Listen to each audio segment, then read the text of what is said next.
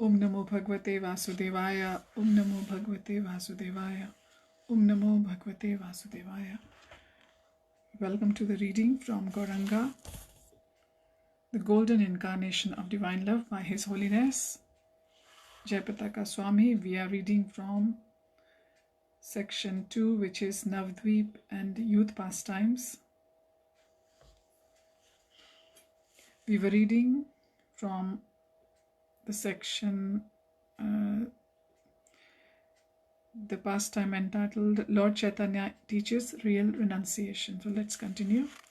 We are controlling the body, but if we control it for Krishna's service, instead of trying to control it for material enjoyment, then we are using our body in Krishna's service. Then the natural happiness that comes from those different activities, some of them may have material happiness, is not an obstacle for us. We know that we are locked into this material body for one period of time, and we are using our body in Krishna's service. The body consists of senses, and the Supreme Lord Rishikesha is controller of the senses. Rishikena Rishikesha Sevanam Bhaktir Uchyate. This is from Chaitanya Charitamrita Madhalila, 19th chapter, verse 170. By engaging our senses in the service of the Lord of senses, that is called bhakti, that is known as devotion.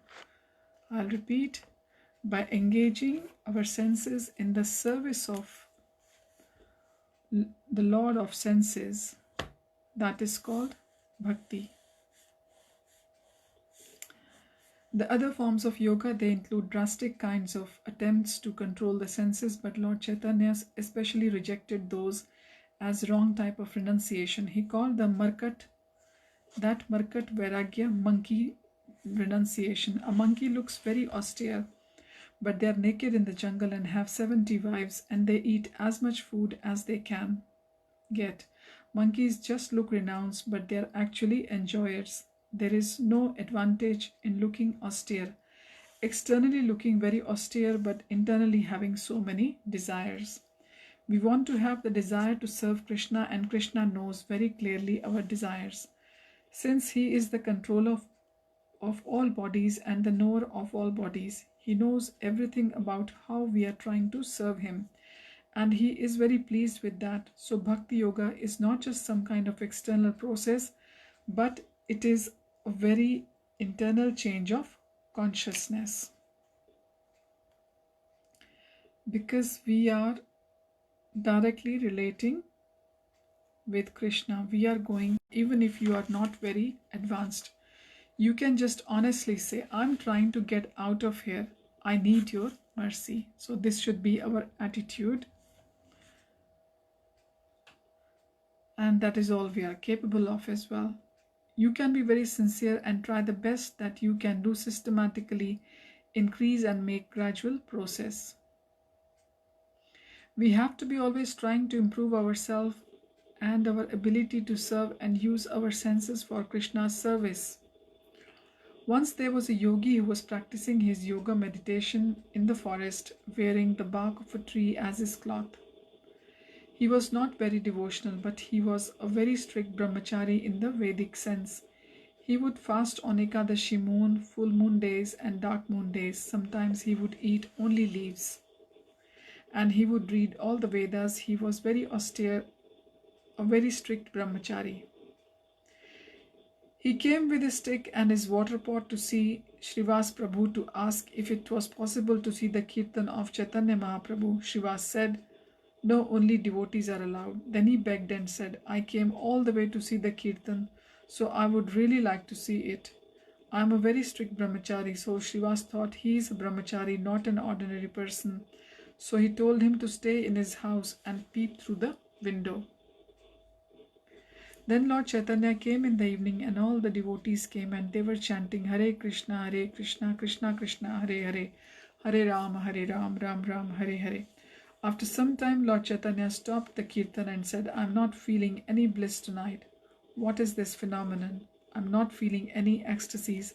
The love, the flow is not coming in this kirtan. Who or what is the cause?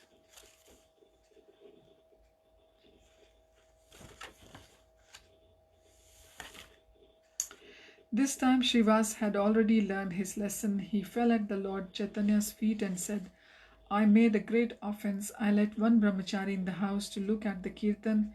He was a brahmachari yogi. He just wanted to watch your kirtan. Then Lord Chaitanya said, bring him here.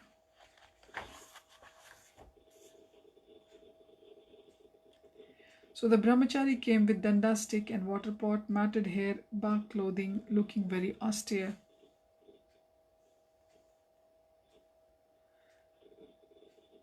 Then Lord Chaitanya asked, what do you do? He said, I do Ashtanga Yoga, the eightfold yoga system.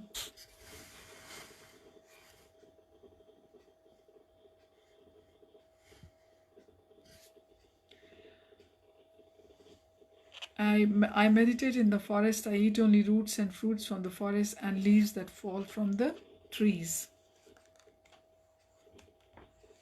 There's a beautiful painting in the book of Sri Gauranga in ecstatic kirtan. I wanted to show you that. So here it is.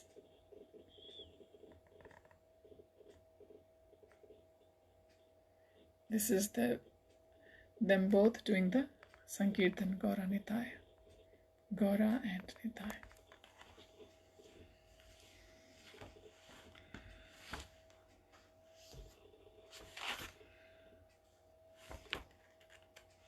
This time Srivas had already learned his lesson. He fell at the Lord Chaitanya's feet and said, I made a great offense. I let one brahmachari in the house to look at the kirtan. He was a brahmachari yogi. He just wanted to watch your kirtan. Then Lord Chaitanya said, bring him here. So the brahmachari came with danda stick and water pot. I think I've read that already. So you're very austere, but what is the purpose of you being here in the city of Navadvipa? This is bustling city with so many householders and business. This is not a place for such a renounced person. I can tell you why you are here. You are here because you are not really internally renounced. You actually want to enjoy. You are feeling lonely being in the country, and you thought that if you came here, then being an austere yogi, all the grihasthas would invite you and feed you all kinds of prasadam. You came here to get respected by all these people, so you are not really a renounced person. These grihasthas who are chanting Hare Krishna, they are more renounced than you because they simply chant to please Krishna. But still you are trying to enjoy yourself, so therefore you can't stay here in the kirtan, you have to go out. Show him the door, take him to the door and put him outside. Again they started the kirtan, Hare Krishna, Krishna Krishna, Hare Hare, Hare Ram, Ram Ram, Hare Hare. Then that yogi was sitting outside and he was thinking, I really got such chastised by Lord Chaitanya, but what he said is really true. I'm not a very renounced person in spite of all these austerities. I could see that those devotees who were chanting, they were really renounced. They were very peaceful and very exceptional people. I cannot understand how I was able to see the kirtan. I'm such a fallen soul. But how beautiful Lord Chaitanya was and how beautiful all the devotees were. It is just overwhelming their mercy on me. Then he started to cry, feeling so fallen, so blessed to be able to see the kirtan. All this time the kirtan was going on. Hare Krishna, Krishna Krishna, Hare Hare, Hare Ram, Ram Ram, Hare Hare. Then Lord Chaitanya stopped the kirtan and he asked, where is that yogi? They said he is outside. The Lord replied, yes, I know. Now you can bring him in. Now he is qualified to join the kirtan. So the yogi was putting on this renunciate role, but inside he was actually having some desires, so Lord Chaitanya did not accept him. But when he just took the humble role to serve the Lord and started appreciating the devotees, immediately Lord Chaitanya accepted him. Using our body in Krishna's service is the easy way, whether one is a grihastha or brahmachari. Grihe thako vane thako sada hari bole dako. Engage yourselves always in chanting Hare Krishna. This is the easiest way. Lord Chaitanya encouraged everyone to take up the system of Yukta Vairagya, serving Krishna with their activities according to their particular ashram. Circumstances may be different. A householder has a house, family, job, so they work in those circumstances. Somebody who is in a renounced order, say working in an ashram, they have to serve in that environment. Whichever environment one is in, if one serves Krishna according to that particular ashram, Krishna accepts that service. Advait Acharya steals the Lord's bhakti. So let's go to the next pastime. Once Lord Chaitanya was doing kirtan in the house of Shivas Thakur, and he fainted in ecstasy. Seeing he had fainted, Advait Acharya thought he would take the chance, and he took the dust from Lord Chaitanya's lotus feet and touched it to his head. Lord Chaitanya came to consciousness and said, "Someone has stolen all my bhakti. I have no more love for Lord Krishna. Someone has stolen all my bhakti. Oh no, there is no use living without bhakti." Then the Lord ran as fast as he could, and no one could keep up except for Nityananda. Lord Chaitanya jumped into the Ganges, and Nityananda jumped in after him. And when the others reached there, they didn't see either of them. They just saw the waves of the Ganges. They thought, "Oh no, he has taken his life." About a kilometer down the river, Lord Chaitanya and Nityananda came up. Then they both swam to the shore and stayed in the house of Nandan Acharya. When Advaita Acharya heard that Lord Chaitanya had jumped into the Ganges, he was devastated. The Lord had apparently taken his life and left, so Advaita was fasting. He was crying, "What to do? What to do?" Oh no, he was lamenting so much. The two lords hid in the house of Nandan Acharya, and from there they called Srivas and asked him, "What is happening?" Srivas said, "My lord, you are alive, but the devotees think you took your lives. They are very much besides themselves, especially Advaita. He is not eating, he is not sleeping, only crying. I don't know. What have I done? What have I done?" He's rolling on the ground and crying, "My lord." He is in a very pitiful condition. After some time, Lord Chaitanya said, "You can tell him we are still here. I think he has learned a lesson." They called Advaita, and he was told, "Don't do this again." Although Advaita knew who Lord Chaitanya was, he had to keep the formalities. Next pastime, the Chandkazi receives the mercy of the Lord. At the time of Lord Chaitanya, the Chandkazi was a local Kazi or Muslim magistrate. Some of the Hindus were coming to him and complaining, "This Nimai Pandit, this Kaura Hari, he is chanting the name of Krishna in public. It is very offensive." The Smartha Brahmanas were saying that the name of the God should not be chanted aloud. In this way, so many people were complaining to Chandkazi, so he sent some soldiers and banned the Kirtan. "No Kirtan, don't do Kirtan, it is banned." The devotees went back and told Lord Chaitanya that the Chandkazi told them to stop the Kirtan. Lord Chaitanya said, "Nobody can stop the Sankirtan movement. Don't worry, I'm here." So the next night, the devotees had Sankirtan again.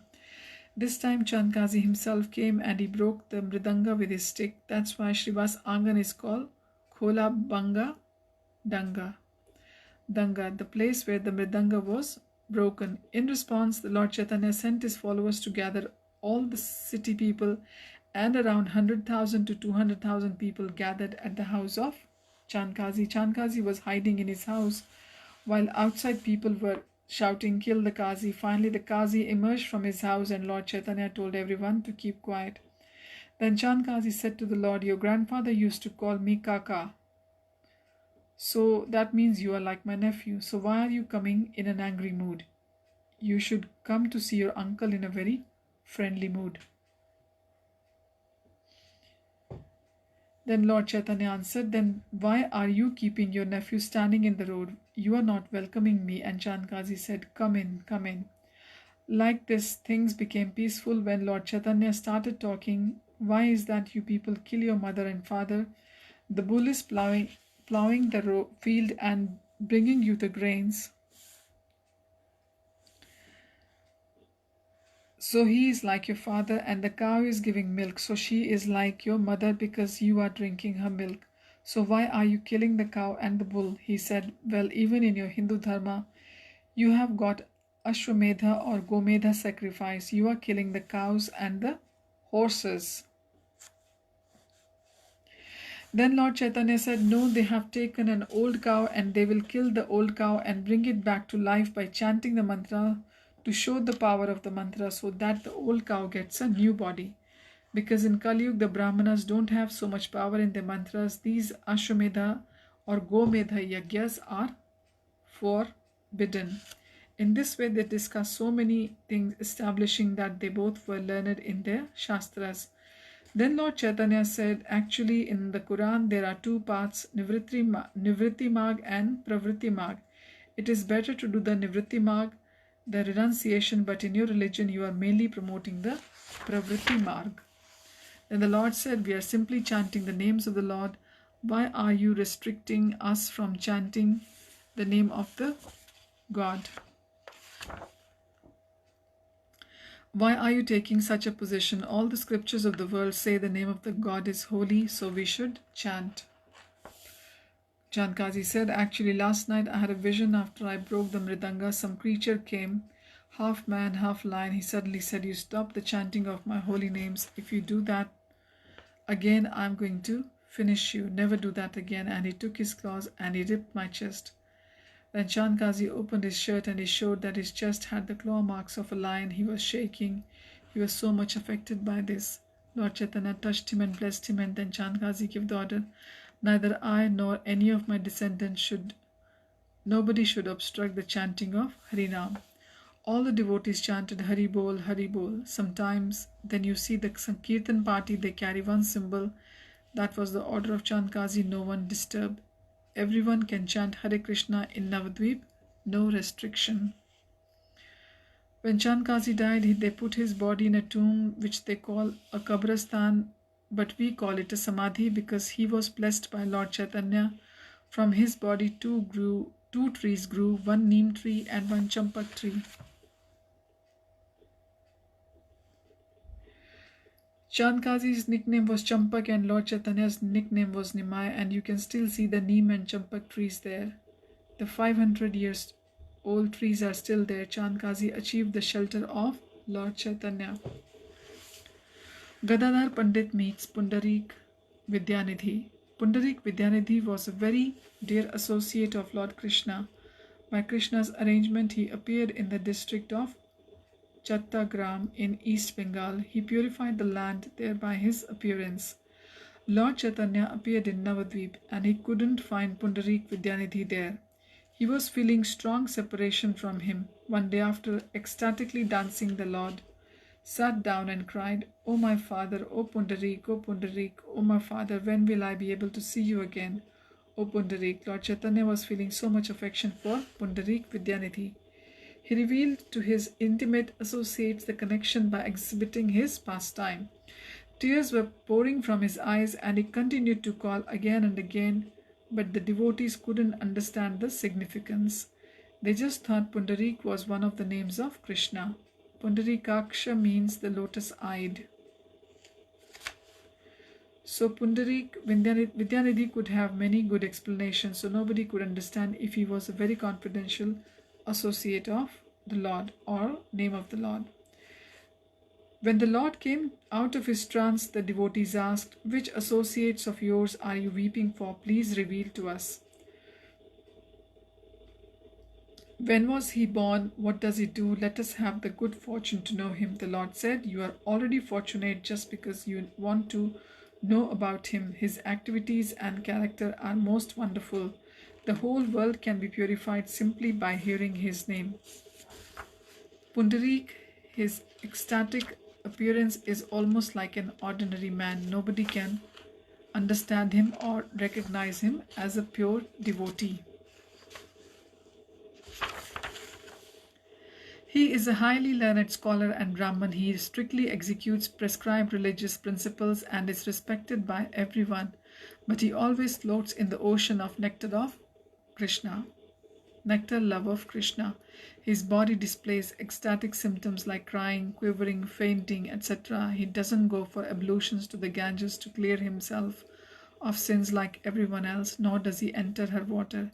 He avoids touching her with his feet, but he comes to see and pay respects to her every day in the evening, when all the feeding cows are there. Pundarik Vidyanidhi couldn't bear to see the people misusing the Ganges, spitting on it, using soaps, cleaning their mouth, washing their hair, washing dirty clothes, and such things. You are not supposed to do this in the Ganges. It is not ordinary swimming pool, so he preferred to go in the evening when no one was around. On the other hand, he would always drink Ganges water before worshipping the Lord. In this way, he wanted to give a lesson to all the puffed up scholars how great the Ganges really is. He is in Chattagram, but soon he will be also coming to Navadvip. He also has a house here. None of you will be able to recognize him. At first glance, you will think he is an ordinary materialistic person. But I am very anxious to see him. Talking about Pundarik Vidyanidhi, the Lord fell into an ecstatic trance, crying out, "O my father Pundarik, O my father Pundarik." He lamented loudly. Only the Lord can recognize the greatness of such a pure Vaishnav. Only through his mercy can we know the wonderful, unique position of a pure devotee. When the Lord attracts the living entity, in no way can he resist. So Pundarik Vidyanidhi came to Navadvip.